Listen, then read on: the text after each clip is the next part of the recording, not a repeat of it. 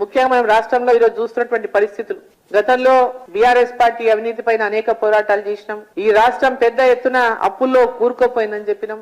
అప్పుల్లో కూరుకుపోయినటువంటి ప్రభుత్వం కాంగ్రెస్ పార్టీ చెప్పింది అనేక సార్లు ఈ యొక్క రాష్ట్ర ప్రభుత్వం లక్షల కోట్ల అప్పులు చేసింది అనేటటువంటి మాట కాంగ్రెస్ పార్టీ చెప్పిన విషయాన్ని మనం ఒకసారి గుర్తు చేసుకోవాలి. అయినప్పటికీ కూడా వాళ్ళు ఉచితాల గురించి ప్రకటన చేసిండ్రు. ఆ ఉచితాలు ఇవాళ ఆశగా ఎరవేసి మరి ఈ రోజు ప్రజల నుంచి ఏ విధంగా అయితే బీఆర్ఎస్ పార్టీ అన్నాడు అట్లాంటి అబద్ధపు హామీలు ఇచ్చి ప్రజలను మభ్యపెట్టిందో ఈ రోజు అదే విధంగా కాంగ్రెస్ పార్టీ మభ్యపెట్టేటటువంటి ప్రయత్నం చేసింది ఎన్నికల సమయంలో. కానీ ఇప్పుడు వాళ్ళకు ఉన్నటువంటి అనేక పెను సవాళ్లు ఉన్నాయి. ఈ రోజు రాష్ట్రంలో ఆర్థికపరమైనటువంటి అనేకమైనటువంటి ఇబ్బందులు అనేటటువంటిది మాట రోజు పత్రికల్లో మరి రావటం ప్రారంభమైంది.